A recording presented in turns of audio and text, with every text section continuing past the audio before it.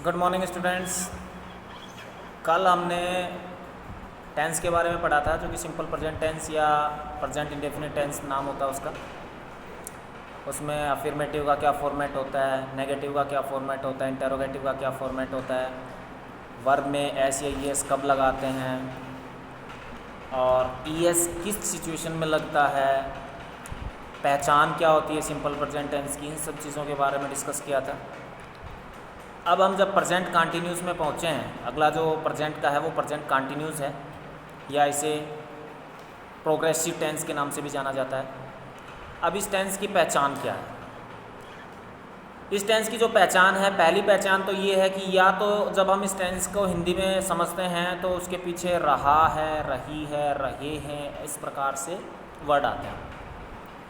और अगर इसकी कैरेक्टरिस्टिक्स को ध्यान में रखें तो इस टेंस में कोई कार्य प्रेजेंट के अंदर जारी होने का बोध कराता है, यानी कि वो काम जारी है, कंटिन्यूटी है जिस समय आप बोल रहे होते हैं उस समय, तो उस सिचुएशन में इस टेंस को प्रयोग किया जाता है। लेकिन मैंने कल एक एग्जांपल भी दिया था प्रीसेप्शन वर्ब्स का, कि जैसे कि मान लो आप कहीं जा रहे हो और अचानक से किसी ने गाना बजा दिया, तो वो आप सोचते हैं कि भाई उस समय वो काम हो रहा है, गाना आप सुन रहे हैं, लेकिन वो प्रेजेंट कंटिन्यूस में नहीं लिखा जाएगा, क्योंकि कुछ क्रियाएं ऐसी होती हैं जो आप खुद नहीं करते बल्कि वो अपने आप हो जाती हैं आपकी इंद्रियों के द्वारा, सेंस ऑर्गन के द्वारा। तो इस वजह से उसको हम सिंपल प्रेजेंट में ही लिखते हैं। तो अगर ये कहा कि मैं गाना सुन रहा हूँ या मेरे को एक फूल की खुशबू आ रही है, मिठाई की खुशबू आ रही है, तो ये काम आप खुद नहीं कर रहे हो, वो ऑटोमेटिकली हो रहा है। आप फूल को सूंघने थोड़ी गए हो या फिर आप मिठाई की खुशबू लेने थोड़ी गए हो, वो अचानक से आ गई, कोई मिठाई बना रहा है तो आ गई, फूलों के बाग के पास से गुजरे तो फूल की खुशबू आपको आ गई। तो ऐसी सिचुएशन में चाहे उसमें पीछे रहा हूँ, रही है, रहे हैं, इस प्रकार के वर्ड आ जाएं, फिर भी वो सिंपल प्रेजेंट में लिखा जाता है। तो ये इसकी खास बात होती है कि अगर कोई कार्य आपकी सेंस ऑर्गन्स के द्वारा प्रेजेंट में किया जाता है तो वो आपको सिंपल प्रेजेंट में लिखना है। बाकी सारे कार्य जो प्रेजेंट में जारी कंटिन्यूटी को दिखाते हैं तो वो कार्य आपके प्रेजेंट प्रोग्रेसिव या प्रेजेंट कंटिन्यूस टेंस में लिखे जाते हैं। तो ये हमारी पहचान तो होगी, यानी कि जो यहाँ पे पहचान लिखी हुई है वो पहचान तो हम समझ गए, ये आपकी पहचान दे रखी है। और साथ में मैंने ये भी बता दिया कि कार्य चल रहा है। अब इसके हेल्पिंग वर्ब की बात आ जाती है कि इस टेंस का प्रयोग करें तो इसमें हेल्पिंग वर्ब क्या होती है।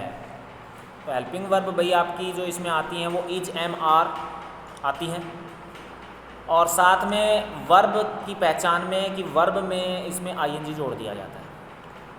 जैसे कि दो सेंटेंस हम बना के देखते हैं, आई एम प्लेइंग और यू आर प्लेइंग। ये क्या है? प्रेजेंट प्रोग्रेसिव या प्रेजेंट कंटिन्यूस टेंस के एग्जाम्पल हैं। अब अगर इसके अफर्मेटिव पॉजिटिव सेंटेंस का पैटर्न देखें तो पैटर्न क्या होगा? वो ये होगा, पहले सब्जेक्ट आएगा, फिर इज, एम, आर आएगा, फिर वर्ब की फर्स्ट फॉर्म आएगी और उसमें आईएनजी आएगा। जैसे कि आगे कुछ एग्जाम्पल बना के दिखा रखे हैं आपको। मोहन एक पत्र लिख रहा है, तो यहाँ पे मोहन एक पत्र लिख रहा है तो इसकी इंग्लिश बनेगी Mohan is writing a letter. लड़कियाँ स्कूल जा रही हैं तो the girls are going to school. अब यहाँ पे सोचने वाली बात है, इज एक में तो इज आ रहा है और एक में आर आ रहा है, क्यों? तो इसको रूल के माध्यम से हम समझते हैं। यहाँ लिखा हुआ है ही, सी, इट और एक वचन सब्जेक्ट के साथ इज, यू, वी, दे और बहुवचन सब्जेक्ट के साथ आर एवं एम, आई के साथ एम लगाकर वर्ब में आईएनजी लगाते हैं। तो ये हमारा रूल है। तो यहाँ पर हम देखें मोहन, मोहन एक व्यक्ति का नाम है, तो वो क्या हुआ? सिंगुलर हुआ, एक वचन हुआ, तो इसके साथ हमें इज लगाना पड़ेगा, ये हमने इज लगा दिया। फिर वर्ब की फर्स्ट फॉर्म लिखना को क्या कहते हैं? भाई मोहन सब्जेक्ट हुआ तो मोहन को लिख दिया, हेल्पिंग वर्ब हमने इज लगा दी। अब उसके बाद तो वर्ब आनी है ना, इज, एम, आर के बाद वर्ब आनी है और वो भी फर्स्ट फॉर्म। तो यहाँ लिख जो है वो वर्ब है, तो लिख को इंग्लिश में कहते हैं राइट। तो और फिर उसमें आईएनजी जोड़ना होता है, राइट में आईएनजी जोड़ा तो राइटिंग हो गया। और फिर अदर वर्ड्स जो बच जाते हैं, जैसे कि क्या लिख रहा है, लेटर लिख रहा है तो ए लेटर, एक पत्र है तो एक पत्र के लिए ए और बाद में लेटर। तो इस तरीके से इसको हमने इंग्लिश में ट्रांसलेट कर दिया। लड़कियां स्कूल जा रही हैं, तो भाई लड़कियां स्कूल जा रही हैं, इस बात को हमें करना है। तो लड़कियां आपका प्लूरल है, क्योंकि लड़की एक नहीं है, कई हैं। तो कई अगर लड़कियां हैं तो लड़कियों के लिए द गर्ल्स हो जाएगा। अब द क्यों लगा? क्योंकि लड़कियां स्कूल जा रही हैं, तो हम जिन लड़कियों के बारे में बात कर रहे हैं वो एक तरीके से हम उनको जानते हैं, या फिर हम कुछ लड़कियों की बात कर रहे हैं, सभी लड़कियों की बात नहीं कर रहे। मतलब कहने का मतलब इस वर्ल्ड में जितनी भी लड़कियां उनकी बात नहीं कर रहे, एक विशेष स्कूल की जो लड़कियां उनकी बात कर रहे हैं, तो इसलिए द लगा दिया। फिर प्लूरल हुआ तो इसलिए हमने आर लगा दिया। जा रही हैं तो जाने की वो वर्ब होती है गो, तो आईएनजी जोड़ के उसमें गोइंग कर दिया। और कहाँ जा रही हैं, डेस्टिनेशन को दिखाने के लिए टू प्रीपोजिशन का प्रयोग करके स्कूल दिखा दिया। तो इस तरीके से हम इसका प्रयोग करते हैं। अब आगे पहुँचते हैं। तो आगे नेगेटिव सेंटेंसेस हैं। तो नेगेटिव सेंटेंसेस में क्या है, नेगेटिव सेंटेंसेस का पैटर्न क्या है आपका, वही है, पहले सब्जेक्ट, फिर is am are helping verb, लेकिन इसके साथ फिर नोट आ जाएगा और फिर फर्स्ट वर्ब में आएंगे। यानी कि थोड़ा सा अफर्मेटिव और नेगेटिव में यही फर्क है कि इसमें हेल्पिंग वर्ब के साथ क्या आ जाता है, हेल्पिंग वर्ब के साथ इसमें नोट आ जाता है, इतना ही फर्क है। जैसे कि वह अपनी गुड़िया से नहीं खेल रही है, एक तो वह अपनी गुड़िया से खेल रही है और वह अपनी गुड़िया से नहीं खेल रही है, तो एक नहीं शब्द जुड़ा है और कुछ नहीं है। तो वह खेल रही यानी कि लड़की है, तो हमने सी लिख दिया। सिंगुलर वर्ब है इसलिए इज लगा दिया। अब इसके साथ हमें नोट ही तो जोड़ना है, क्योंकि नहीं शब्द आया तो हमने नोट जोड़ दिया। अब खेलने को प्ले कहते हैं तो प्ले लगा के फिर उसमें आईएनजी लगा दिया, प्लेइंग। अब साथ के लिए ये एक प्रीपोजिशन है तो विद लगा दिया। और अपनी शब्द है तो भाई मैं पहले ही बता चुका हूं, फर्स्ट पीरियड में बता दिया, अपना, अपनी, अपने की इंग्लिश क्या होती है, जो आप सब्जेक्ट यूज करते हो उसका पोसेसिव केस। तो आपका सब्जेक्ट क्या है, वह, सी, और सी का पोसेसिव केस क्या है, हर, तो हर लगा दिया। और मैंने बता दिया था पोसेसिव केस लिखते हैं तो वो अकेला नहीं आता, तो उसके साथ नाउन आता है, तो डोल नाउन हो गया। तो इस तरीके से इसकी इंग्लिश बन गई। फिर है वे बाजार नहीं जा रहे हैं, तो वे बाजार नहीं जा रहे तो वे प्लूरल है, तो हमने लगाया दे और उसके साथ आर आना है। नहीं के लिए नोट आएगा, जाने का मतलब गो होगा और उसमें आईएनजी जोड़ दिया, गोइंग। और फिर डेस्टिनेशन को दिखाने के लिए प्रीपोजिशन टू आती है, कहाँ जा रहे हो आप, मार्केट जा रहे हो तो टू लगा दिया। और मार्केट और द आर्टिकल इसलिए कि मार्केट तो बहुत सारे होते हैं, लेकिन आप एक विशेष मार्केट जो आप जानते हैं उसी मार्केट में जा रहे हैं, तो द लगा दिया। तो इस तरीके से इसकी इंग्लिश बनेगी। फिर आ जाता है इंटेरोगेटिव सेंटेंसेस पैटर्न। तो इंटेरोगेटिव कल भी देखा था हमने, एक तो वो इंटेरोगेटिव होता है जो शुरू में ही क्या आ जाता है, और एक वो इंटेरोगेटिव होता है जिसमें WH वर्ड आता है। तो जिसमें शुरू में क्या आ जाएगा उसका पैटर्न होगा इज एम आर, आपकी हेल्पिंग वर्ब जो कि दिखा रखी है, फिर प्लस सब्जेक्ट, फिर फर्स्ट वर्ब और फिर उसमें आईएनजी और फिर अदर वर्ड्स। और अगर WH वर्ड आ जाए तो इतना ही ध्यान रखना है कि इज एम आर से पहले हम क्या लगा देंगे, WH वर्ड लगा देंगे। ठीक है, ये हम WH लगा देंगे इससे पहले, यानी कि WH वर्ड लगा देंगे, फिर इज एम आर लगा देंगे, फिर सब्जेक्ट लगा देंगे, फिर फर्स्ट वर्ब लगा देंगे, फिर आईएनजी लगा देंगे, जैसा कि हम आगे करके देखते हैं। शुरू में क्या आ गया, क्या लड़कियां कमरे में पढ़ रही हैं, तो शुरू में भाई क्या आ गया शब्द। तो अगर शुरू में क्या शब्द अगर आपका आ चुका है तो हमें हेल्पिंग वर्ब लगानी पड़ेगी, लेकिन इज एम आर में से एक लगाना है। तो आपका सब्जेक्ट सिंगुलर है, प्लूरल है या फिर आई है, उसको चेक करना पड़ेगा। तो सब्जेक्ट हमारा लड़कियां हैं, तो लड़कियां तो क्या हुई, प्लूरल, तो इसलिए हमने हेल्पिंग लगा दी आर। अब लड़कियां वही बात है, हम एक विशेष स्कूल की बात कर रहे हैं तो उनकी लड़कियां हैं, तो वो हमारे लिए द आर्टिकल लगाना पड़ेगा। तो हमने द आर्टिकल लगा के गर्ल्स लिख दिया। और फिर वर्ब, पढ़ना को रीड कहते हैं और आईएनजी जोड़ना पड़ेगा, तो रीडिंग हो गया। और कमरे के अंदर की बात है तो प्रीपोजिशन इन हो गया, और जिस कमरे में पढ़ रही हैं उस कमरे को हम जानते हैं इसलिए द आर्टिकल लगा के रूम लगा दिया। तो इस तरीके से हम इसका प्रयोग कर सकते हैं। अब दूसरा WH जो WH वर्ड से दूसरा इंटरोगेटिव जो WH वर्ड से बनता है वो क्या है, वो ये इस प्रकार से है कि तुम वहाँ क्यों जा रहे हो। तो तुम वहाँ क्यों जा रहे हो, तो WH वर्ड बीच में आ रहा है, क्यों, तो WH वर्ड पहले लिखना पड़ेगा। तो WH वर्ड पहले लिखना पड़ेगा तो हम पहले वाई लिख देंगे। अब सोचना है इज एम आर में से, तो वो सब्जेक्ट के अकॉर्डिंग लगेगा। तो सब्जेक्ट हमारा तुम है यानी प्लूरल है तो आर आएगा। तो ये देखो वाई लिखा, फिर आर लगाया और सब्जेक्ट तुम के लिए इंग्लिश लगाई यू। अब आपको क्या करना है, वर्ब में आईएनजी, तो वर्ब क्या है, जाना, तो जाना को इंग्लिश में कहते हैं गो, तो गो में आईएनजी जोड़ेंगे, गोइंग हो गया। और कहाँ जाना, वहाँ किसी प्लेस के लिए, तो वहाँ है देयर, तो हमने देयर लगा दिया। तो इस तरीके से इसकी इंग्लिश बनेगी। तो ये सारा इसमें समझा रखा है कि अगर वाक्य के आरंभ में क्या हो तो इज एम आर कर्ता से पहले ले आते हैं और वर्ब में आईएनजी लगा देते हैं। अगर हिंदी के वाक्य के बीच में पर्सनवाचक शब्द हो तो उसकी अंग्रेजी सबसे पहले लाते हैं, फिर इज एम आर के कर्ता के अनुसार लगाकर वर्ब में आईएनजी लगाते हैं। पहचान, जब वाक्य में still in the present time, ये सोचने वाली बात है, बड़ी इंपॉर्टेंट चीज़ है भाई। ये इंपॉर्टेंट चीज़ इसलिए है क्योंकि जब आप 10th में हो या 9th में हो या 8th में हो तो आपकी एक एक्सरसाइज आती है टेंस को फिलअप करने की, उसमें वर्ब की correct form of the verbs आता है। तो उसमें आपको इंग्लिश में एक सेंटेंस दिया जाता है, बीच में फिल इन द ब्लैंक्स दे दिया जाता है और फिर हमें पहचानना होता है कि आखिरकार इसमें कौन से टेंस का प्रयोग होगा। तो उस टेंस की पहचान कैसे करें?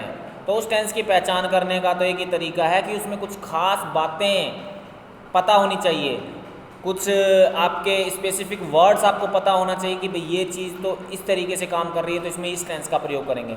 तो वही चीज़ यहाँ पे दे रखी है। क्या दे रखी है? पहचान, जब वाक्य में स्टिल, सॉरी गलत डायरेक्शन लगा दिया, तो वहाँ पे आएगा जब वाक्य में still in the present time. क्या है ये still in the present time? Still in the present time जो है, स्टिल का मतलब एक ऐसी सिचुएशन जो जारी है अभी भी। स्टिल हम तब लगाते हैं, कैसे भाई? मान लो आप पढ़ रहे हो और आपसे थोड़ी देर बाद पूछा जाए आप क्या कर रहे हो, तो आप ये कहोगे मैं अभी पढ़ रहा हूँ, अभी भी पढ़ रहा हूँ। तो मतलब पहले भी पढ़ रहे थे, अभी भी पढ़ रहे, तो आपकी कंटिन्यूटी है, जारी है। तो वो स्टिल शब्द जो है वो कंटिन्यूटी को दिखाता है। तो अगर किसी सेंटेंस के अंदर स्टिल शब्द आता है तो ये दिमाग में बिठा लें कि उसमें आपको प्रेजेंट प्रोग्रेसिव यानी प्रेजेंट कंटिन्यूस का प्रयोग करना है। दूसरा वर्ड क्या हो गया भाई? पहला वर्ड तो समझ में आ गया। दूसरा in the present time. In the present time का मतलब इसी समय। इसी समय आप क्या कर रहे हो? जैसे इस समय मैं तो पढ़ा रहा हूँ और आप क्या कर रहे हो? आप पढ़ रहे हो, आप सुन रहे हो, वीडियो को देख रहे हो।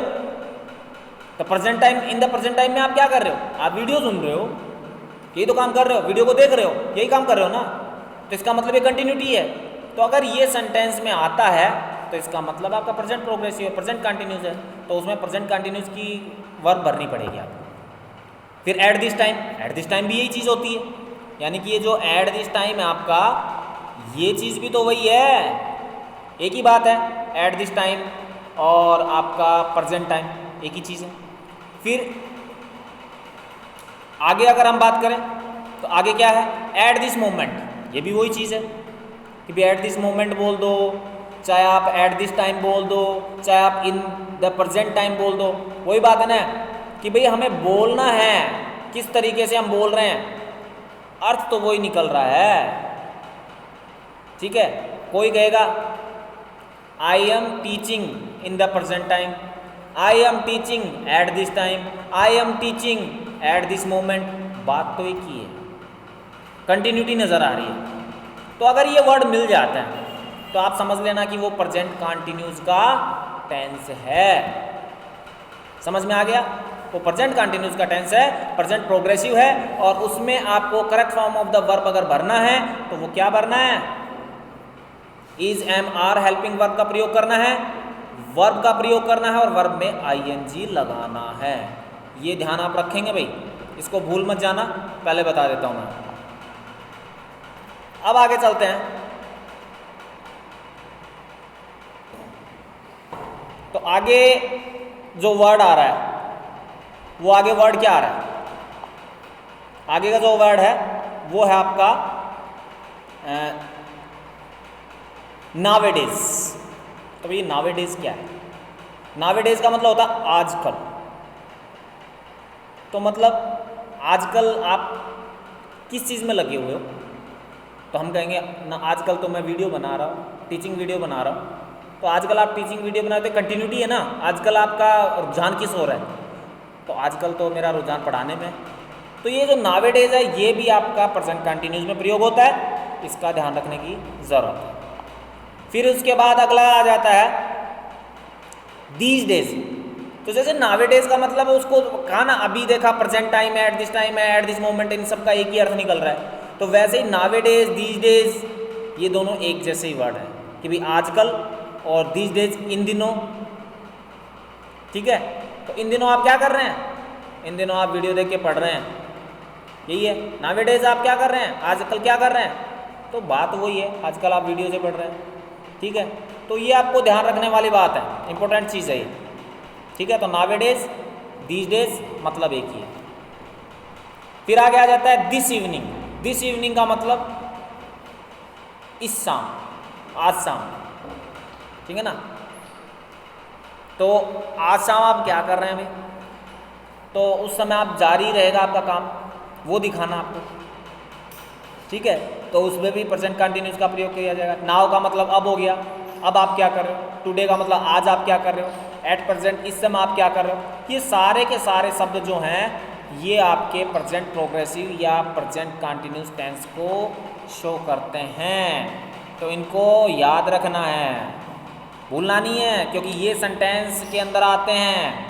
और जब सेंटेंस के अंदर आते हैं तो उससे पहचान हो जाती है कि भाई ये प्रेजेंट कंटिन्यूस या प्रेजेंट प्रोग्रेसिव का प्रयोग करना है, और उसी हिसाब से हम क्या कर देते हैं, उसको फिर बनाते हैं।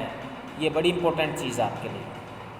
तो ये आपका जो टेंस है दूसरे नंबर का, सिंपल प्रेजेंट हमने कल पढ़ा था, और आज हमने पढ़ा है प्रेजेंट कंटिन्यूस। तो स्टार्ट कहाँ से होता है? वो यहाँ से स्टार्ट होता है, ये यहाँ से स्टार्ट होता है।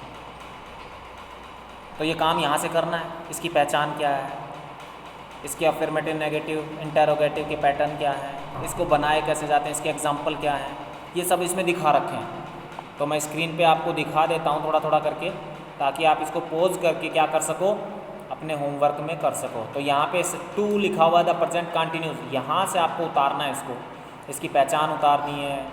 फिर आगे जो भी लिखा हुआ है वो सब उतारना है, और इनको समझ के रखना है, ताकि आगे कभी भी आपका पेपर हो, जैसे अगस्त में पेपर होंगे आपके, और हर सैटरडे को पेपर होगा, उसमें आप इनका इस्तेमाल कर सकें, अच्छे नंबर ला सकें। तो ये सारा काम आपको करना है, ये ध्यान रखना है। तो मैं स्क्रीन को स्लाइड करते इसलिए जा रहा हूँ और कुछ समय के लिए रोकता जा रहा हूँ, ताकि ये ना हो कि भाई आपके साथ कि भाई झटके से गायब हो गया। तो ये इस तरीके से चलता रहेगा, और इस टेंस का प्रयोग यहाँ तक होगा। यानी कि ये काम आपको करना है होमवर्क में। ये आपका वीडियो है। अब मैं अपने इस वीडियो को यहीं पे स्टॉप करता हूँ, और इसको आपको अच्छी तरीके से समझना है, काम करना है, और कोई दिक्कत हो तो पूछ लेना। Okay, bye.